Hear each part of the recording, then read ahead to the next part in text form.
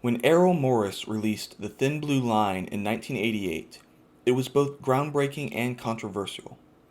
His subject matter was the killing of a Dallas police officer and the man he believed was wrongly convicted of the crime and sentenced to death. The evidence Morris uncovered while investigating the case actually led to this man's conviction being overturned. But this isn't what was special about the film. The move that garnered the most praise and the most criticism was over a specific technique Morris used, that of reenactments. Morris chose to shoot reenactments of the murder in a highly stylized way, evoking film noir. He set the stage, a dark, remote street, late at night. A police car pulls over someone.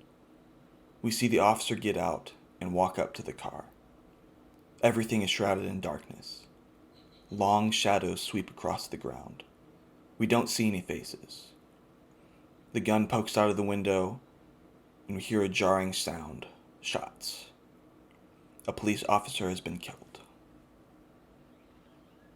If there is one word to describe these scenes, it would be cinematic. It is shot how you would a crime thriller, not a documentary. I think Morris chose to do this for two reasons. One is to captivate a wider audience that might not react the same way to a standard documentary.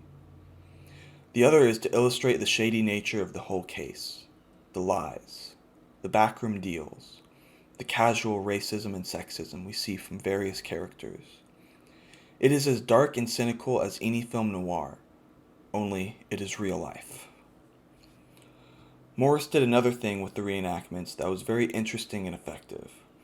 Throughout the film, we see different witnesses tell their story of what they saw that night. Each time, we see the shooting as told through their eyes, with different angles and different details. Some of the stories conflict with each other. Morris shot multiple versions, showing each along with their witness testimony, giving visual weight to each conflicting story. In some, the killer looks different, and the position of the officer's partner changes with each retelling. The dark, shadowy scene that we see in the film is much like the murky retellings.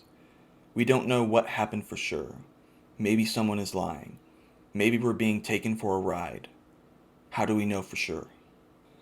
In the final scene of the film, we hear an audio recording of an interview between Errol Morris and a man named David Harris. In the interview, Harris makes a vague confession to the killing. Interestingly enough, Morris never shows a version of the reenactment where Harris is the killer. He leaves that for the mind's eye. The Thin Blue Line is considered a truly groundbreaking and innovative film that is widely respected and talked about today, more than 30 years after its release. Nonetheless, there were critics who thought that there was no place for reenactments in a documentary, and it was infamously rejected for an Oscar nomination because of that. However, this film is an example of what is possible if you break convention and tell the best story possible.